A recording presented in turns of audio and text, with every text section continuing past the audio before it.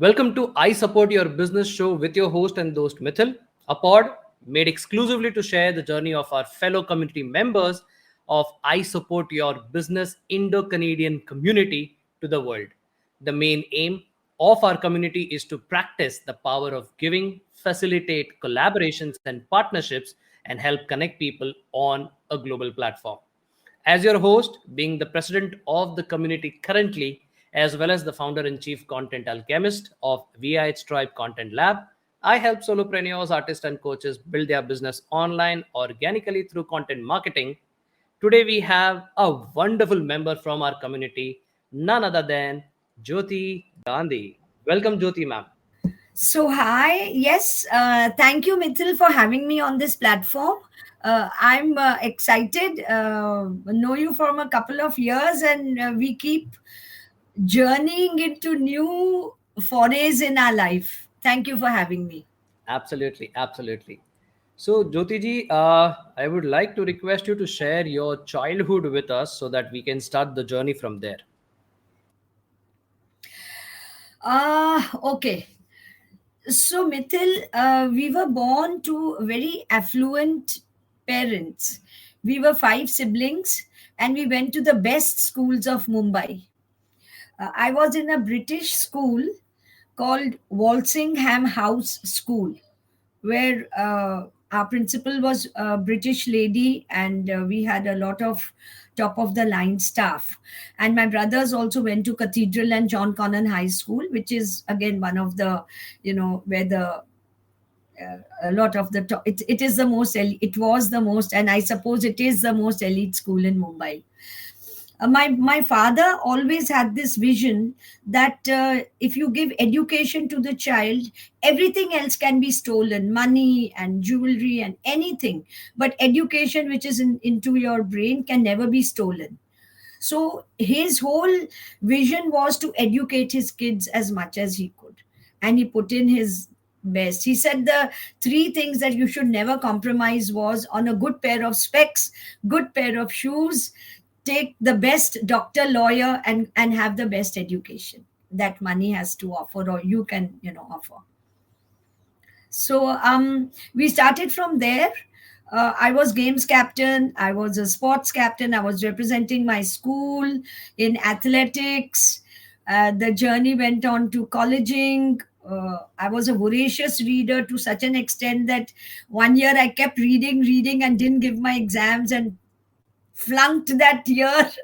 uh, and my father was furious, and I took a sabbatical to my reading, because you know that we have a readers club and how passionate I am about reading. But after that day I just took hold of myself. So when I got married, I said to myself, reading nahi karna hai. Reading karungi to I'll forget my husband, kids, in-laws. And so I said, Baba, I took a long sabbatical, but I kept collecting books. Even in my marriage, I took nothing except five big bags only containing books.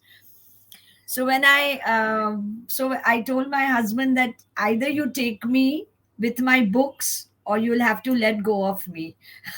So he took me with my books. I came with nothing but just a sari and five bags of books.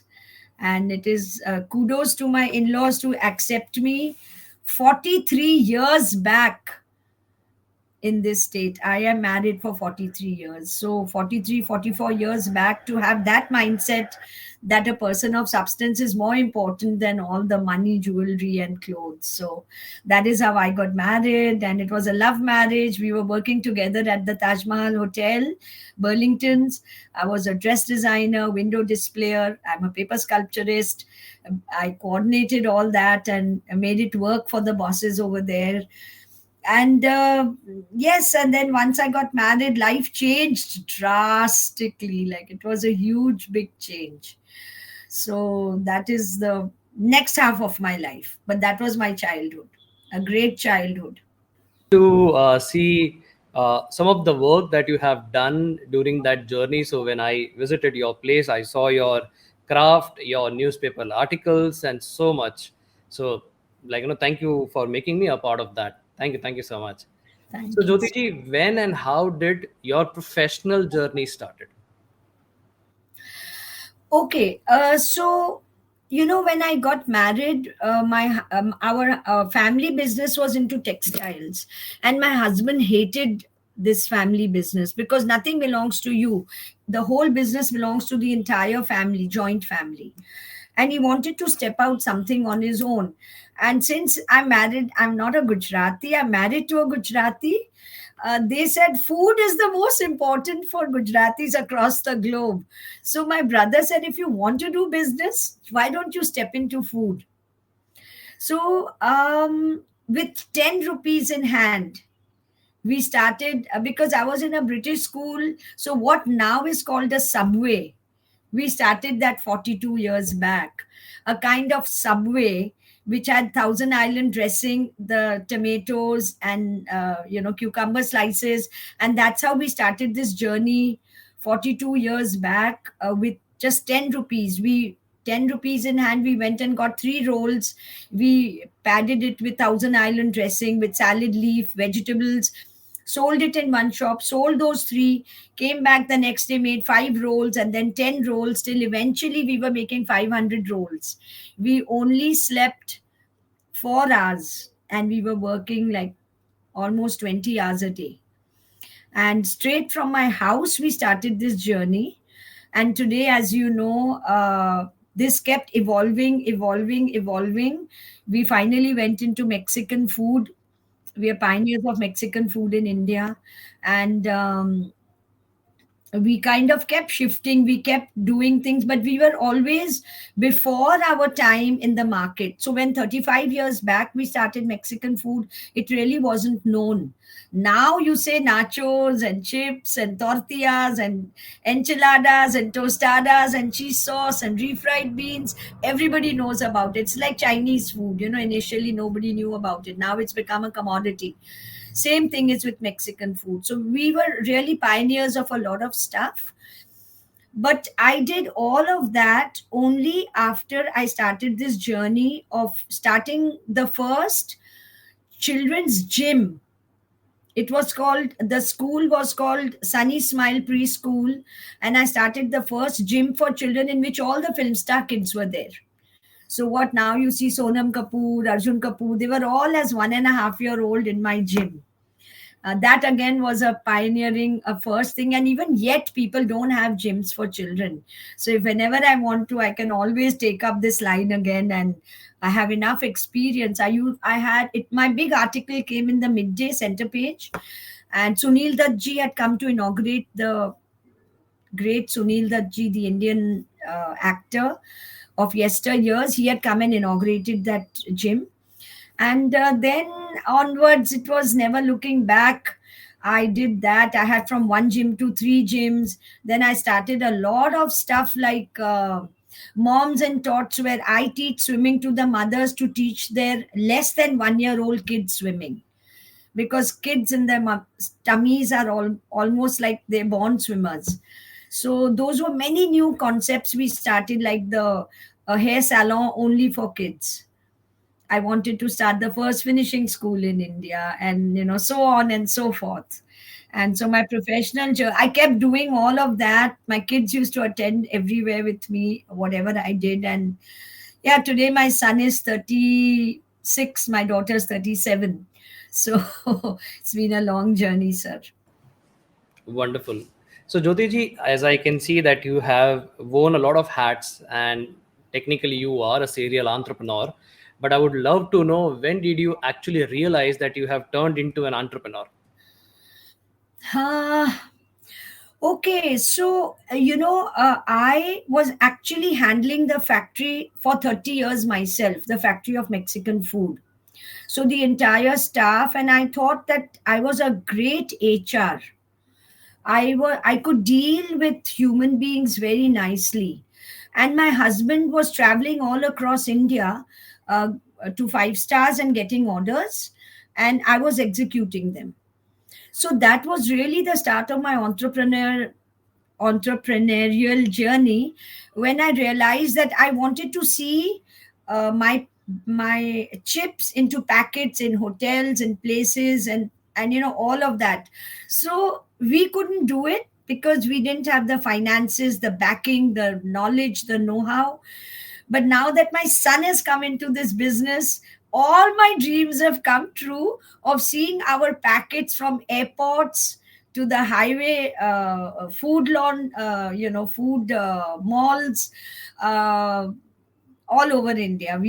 I see the packets. I get very, very happy. He's doing a great job, and all my dreams are coming through my son. We may have given him a base. So the entrepreneurial journey started when I was working 30 years in the factory and dealing with a lot of. We started with 2 workers and 3 and 5, and we now have over 100 workers in the factory. Wonderful.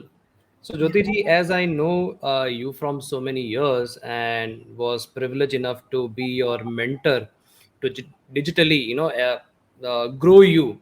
Uh, I have seen that you had kept, like, you are the founder of Brain Gym and more. Would like to know the naming story behind that particular name. Yeah. So, actually, my father was a legal. He was a litigal person, but I don't know, we have giving in our blood. So while he had aged, he would represent people who couldn't afford legal fees. He would not charge them money, and he would represent them, make their briefs and guide them and do all of that. And slowly his audience grew, but the stress kept building up into him. And one day he just dropped when there were a lot of people sitting around him on the table. He just dropped on the table. That was the first attack of brain storm, you can say. Brain fog, brainstorm. And we didn't realize it. You see, we didn't, I did not know the ABC of Alzheimer, dementia, Parkinson's. When we got to know, and when he was put into checkups and all, and we got to know this is a disease he's got, and and then it was a crazy journey. I mean, we couldn't understand how do you deal with such a person. He had a rapid going from one step to the other. To There are like 8 steps you can cross in these journeys of 15 months to 2 years each, going into the next step. And it was rapid for my father. One day he passed over, and I took it single-handedly on myself to create this awareness into people that this brain, which is a 1.5 kilo organ, which takes care of the entire thoughts you think, the feelings you have, the actions you take, the breath that you take, your pran shakti, everything is controlled by this brain, and we are doing nothing about the brain. What we do is we get a headache, and then we take a pill for a headache. We have a backache, take a pill. We get a heart attack, take. But what is the root cause? Where has it started? What has it triggered it? We never take that into consideration. And so I went into research. I've done a lot of courses, classes. I'm certified coach of happiness from the Berkeley Method of Happiness, because happiness is behind every aspect of a human being. Like, sir, what would you want for your daughter? You want her to be happy, right? All in all. Absolutely. What do Absolutely. you want for your wife? You want that she's going to be happy under all circumstances. And so, starting this journey with happiness, learning that happiness can be a learned art, I went into courses of brain health. And so, the teachers, they were from California, called Paul and Gail Dennisons from California. But their representative in India was, her name was Roshan Bahar. She was teaching us, she was our teacher.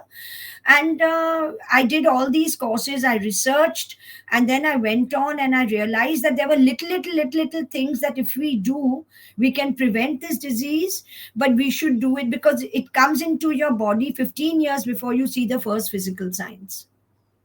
And then I said that none of us today know if we are going the Alzheimer dementia way. None of us know it. So prevention is better than cure. And then I went into this whole stepping into awareness. I've touched over 50, 60,000 lives, impacted many people globally. And I hope to do that. This is my ikigai, my only reason to get up every morning, to see that I change life and I impact people. Wonderful, wonderful. So, Jyotiji, what was the initial? If I have to take you back, because you're doing this from many years now, if I have to take you back to the initial days, how was the initial days, and how are you handling this particular venture, this business? Sir, the initial days were crazy. People just didn't want to listen. They did. It was a huge struggle. It was a huge struggle. They didn't understand this disease, and you only understand it if you live through it. Like when you see your person repeating, when you see him forgetting whether he swallowed, whether the hot and cold water is burning him, he's not knowing.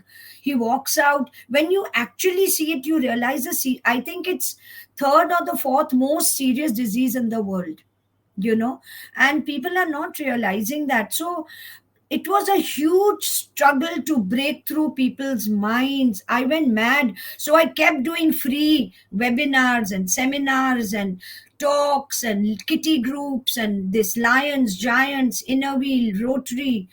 You just name it. I have spoken everywhere free of charge until you came into my life. Thank you, Jyoti, ma'am. Yes. So, can you share? I want you to go and share the hiccups that happened during this whole process, as well as what were your key learnings. If we can divide this first the hiccups and then the key learnings. The hiccups were that people were not willing to listen. They didn't understand what they only knew the word forgetfulness and depression. हाँ वो depression में चला गया. Then they didn't want, the fight was against, is this a mental illness and is she a doctor, and do I have to treat her, I mean treat myself, is something wrong with me. So for me it was very nice that I was not a doctor, I don't have a doctorate, but I have a huge amount of research behind me. So they are fine कि हाँ ये doctor नहीं है हम जा सकते हैं. So the initial hiccup was कि do I have a mind problem. Once I could talk them over that, then they realized okay she's like me. And then when I spoke to them that my own father had it and that's how I'm in this line to help people help themselves, is that they understood. And then, of course, it gained popularity that every day there was somebody or the other inviting me to talk here, to talk there, to talk there, that I used to get tired. My 20 to 30,000 rupees a month was just going in my transportation. I was spending just to go and teach people free.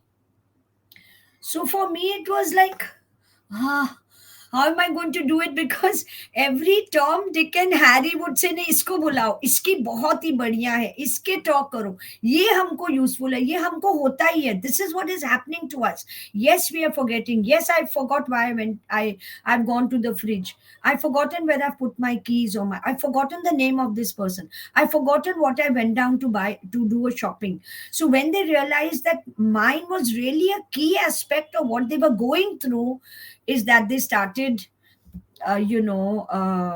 agreeing, endorsing, and agreeing to pay me. Because then, after taking tuitions from you, I realized that it has no value. There needs to be energy exchange, and people will listen to you more and actually apply it more after they've paid for it. It's like a universal chakkar.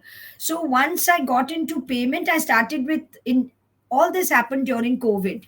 I started with very minuscule fees, and I used to get a global audience of 160 people because everybody was on the computer, everybody became savvy, and people were saying, this is what I want, this is what I'm going through. And my course is very nicely devised by me, a lot of content. And so I think I have now gained popularity. I went into social media with, thanks to you, and then now there's no looking back. There is, and then of course I authored the book because people said आप सिखा तो लेते हो लेकिन हमको याद नहीं रहता है. Give us something where we can take back home. And that is how this book, Brain Veda, is what I wrote in 4 languages so that people around the globe and around India can use it. I'm selling it at a no loss, no profit, just so that people can help themselves. It's a preventive. Wonderful. So that's really wonderful, Jyotiji, regarding your book. And I have gone through it. I was part of your book launch also, and Harbhajan Singh was also there with a lot of other members, and that was a grand success. And officially, we completed 1 year of book launch. So even that is fantastic. So Jyotiji, can Sir, you I have share? sold. I have sold 2 editions.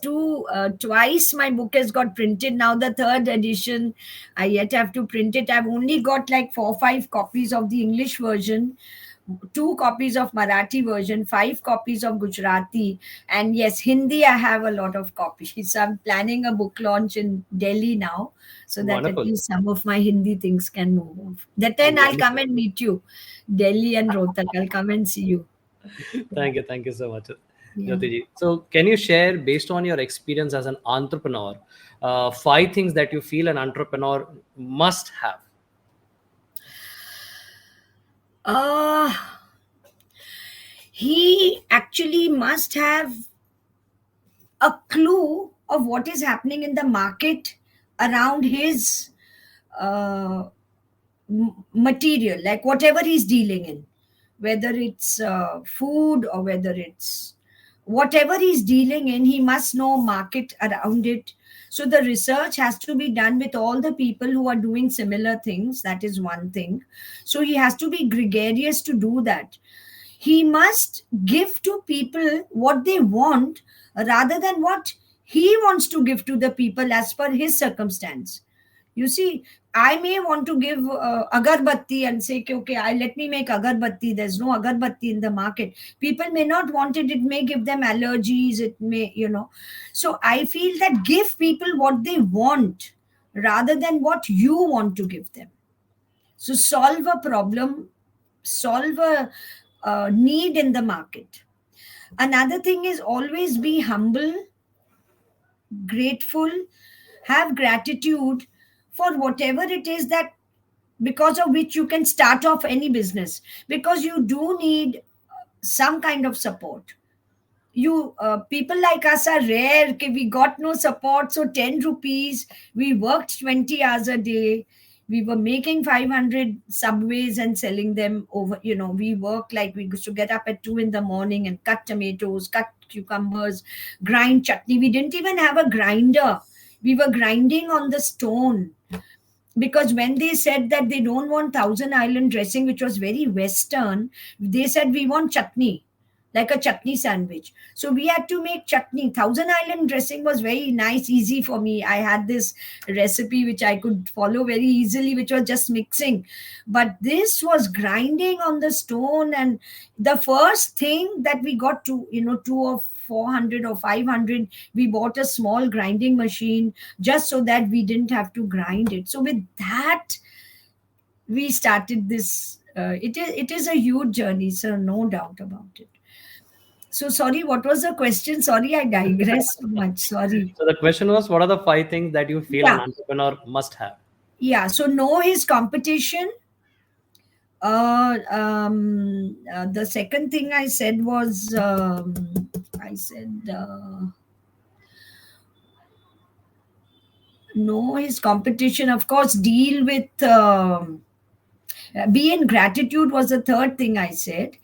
And the fourth thing I think is ask for help, because I think that alone you can't do it.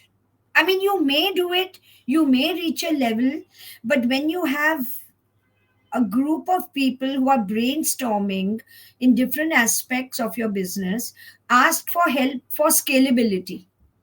When you don't want to scale, you're just fine with, itna hi hai aur chalega, mera ghar chalta hai usse. That's how me and my husband were when we brought up 2 kids. They were like twins. There's only 1 year difference. I had to take care of a joint family. I had to take care of my kids. I had to take care of the business. And it was very, very difficult. So we couldn't grow. We couldn't grow the way that the kids have grown it. They've grown it is because they've asked for help. They've taken help, they formed teams. So form teams, and that is how this I Support Your Business is always good, because groups like these actually handhold you. Whatever is missing, they put in. So don't be afraid to ask for help. Okay. And the last thing is, yes, let me think. I don't endorse too much of borrowing money and loans, because if you're not able to for any reason, because I don't know whether you know, but we have also started a startup called Crave Kesar Chai, which is a saffron tea startup. I've started it at the age of 68. At a late age, I've started this startup. Brain Gym is doing fine, and I said, "Let me do this." And so for this, we borrowed money, bank money, and then you go crazy trying to get work done. And if you borrow money, which is on a high rate of interest, because as lady entrepreneurs, India does endorse you to borrow money, and that's how we did it. And then I feel that. I don't know. For me, this is my personal opinion. I don't know how it is with the world, but when you borrow money and if you're not able to pay the interest, that becomes a little catch point in your life. Okay, what do you do? What do you do? And how do you do it? And then you get into taking another loan just to finish this, and then you paying that maybe a lower interest, and then that you get into a whirlpool. So I feel that you take care and do that, unless you really have a lot of business in your pocket. If you know that people are already going to buy, like I'm not able to do this renovating my factory, is because if I know that I have 10 people who are going to give me 1 lakh, they are going to become members, they are going to take up the place, I'd readily do it and offer it to them. So once you know that you are sure that you marketed enough, and how it is like 10%, आप 1,000 लोगों को जाओगे तो 10 लोग surely आपके पास आपको मिलेगा. So it's a matter of numbers, the whole thing. So those Absolutely. are my learnings. Thank you so much, Jyoti ji. So, being an entrepreneur, I would like to ask, how has being an entrepreneur changed you as a person? Uh, so basically, I think giving is in my family. Spirituality is in my family. So for me, there was a block of never receiving and always being a giver. You see, I always wanted to give. Even now, every month, 100 kilo broken tortilla chips we are giving at some of the slums in Bombay. It is fixed. It's been going on since a year. It's actually going on since 30 years, but they were at different pockets. But now at one fixed pocket, we are giving 100 kilos every month, because ethically we don't pack up broken chips in our packets. So while producing, if they break, it's fresh chips, but they've broken. But ethically, our mind doesn't allow us to pack a broken chip and sell it off. We prefer to pack an entire chip, and if it breaks in the bargain, we collect it and then we just give it away to people who want it. And I've been doing that consistently for over 30 years. And so for me, I think that I have become more human, more I have been always giving and spiritual. I've become smarter, actually. I used to be like my everybody used to say, okay, you are a sitting, I mean, anybody, you're too naive, anybody can just talk to you and then they take you for a ride. And so I've become smarter because of getting into social media, meeting more people. And for me, it is important that you have to be a learner all your life. So that thing has come into me, that you got to keep learning. Your learning doesn't stop. You got to keep meeting people, you got to keep learning, you got to keep moving ahead. And that is a huge big learning for me. I don't know, sir, I won't even be able to tell you on this podcast how much I've learned. I've done sound healing, I've done pranic healing, I have just now done huge amount of, I mean, my learning has just not stopped. Okay, so Jyoti ma'am, if I have to ask you, is there a success portion to establish a business? Portion means like magical portion.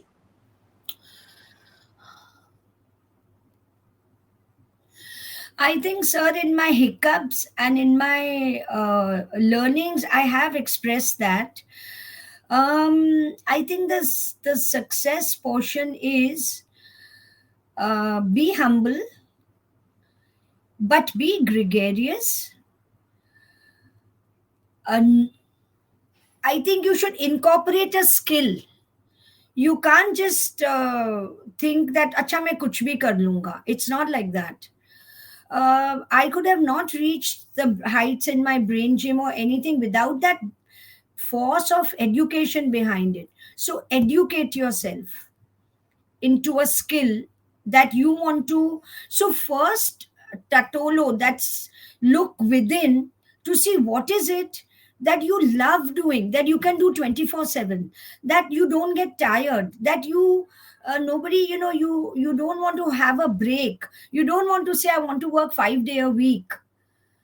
If you love something and that love becomes that hobby, or love becomes your passion for work, there's nothing more than that. Also look into what is your purpose of life, because all of us are born to have a purpose. So if you can understand your purpose, your love, your passion, coordinate the whole thing and make that into a nice portion, magical portion, and then rely on the universe to give you what you want to. So take care of your energies, because you will attract people. I am also a trainer in personal energy management, so I can say whatever you, if you keep your energy high, you attract people of the same energy, and if you keep your energy low, you attract people of similar energy. So yes, things will happen. Yes, there will be downfalls. Yes, but then that King Arthur's, that spider story where he broke it 12 times, and the 13th time, when the spider yet made its web, he went and fought the war and won it. So never give up. Never give up. Whatever it is, this too shall pass should be your mission statement or word. Globally spread it out, because the world has become smaller due to this digital thing. And don't give up, and always say all is well, this too shall pass. So I think those are the major things. Developing a skill. Wonderful, wonderful, Jyoti ji. So before we end this particular episode, what is the one message you would like to give to all our community members as well as to all the listeners? So take help when required. uh, Keep learning. Find out the purpose of your life. Turn your hobby and passion into your uh, pathway to earning, because this way then there's no looking back and you never get tired. And create a love portion with every member that you are touching, every life that you are touching, because love is, you have fear on one end and love on one end, and a person will do anything to overcome that fear or overcome that, or to get that love. So when you loving everybody, and I think one very important thing is communicate. I think if you live your life suffering without, just because you are not able to communicate, so I think communication skills have to be developed. If you can communicate, whether it's your husband, wife, child, worker, co-worker, the people in the domestic help, your managers, your bosses, if your communication skills are open, so developing communication skills is also very, very important. Thank you so much, Jyoti ji. Looking forward to your story also soon to be printed as a book.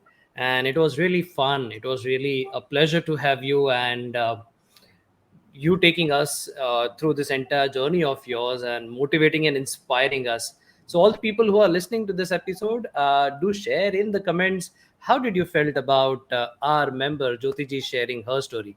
Thank you so much, Jyoti ma'am. Thank you. Thank you for having me. Thank you for making me part of this group and lovely group. And I hope this story inspires people to never give up. Because if we can start with 10 rupees into a big business, I'm sure all of y'all can. And if I can start at the age of 68, a new startup, I'm sure age is just a number. Absolutely, absolutely. Thank you so much, ma'am. Thank you. So you have just listened to I Support Your Business show with your host Mithil. Thank you so much for listening to our show and giving so much love. Don't forget to subscribe to our channel podcast on the platform that you are listening, and if you're watching it on YouTube, don't forget to hit the subscribe button. This is Mithil signing off at the moment. Until next time, see you soon with another guest that is our member of our community and their exciting stories. But until then, keep rocking, stay safe, and don't forget to keep creating content.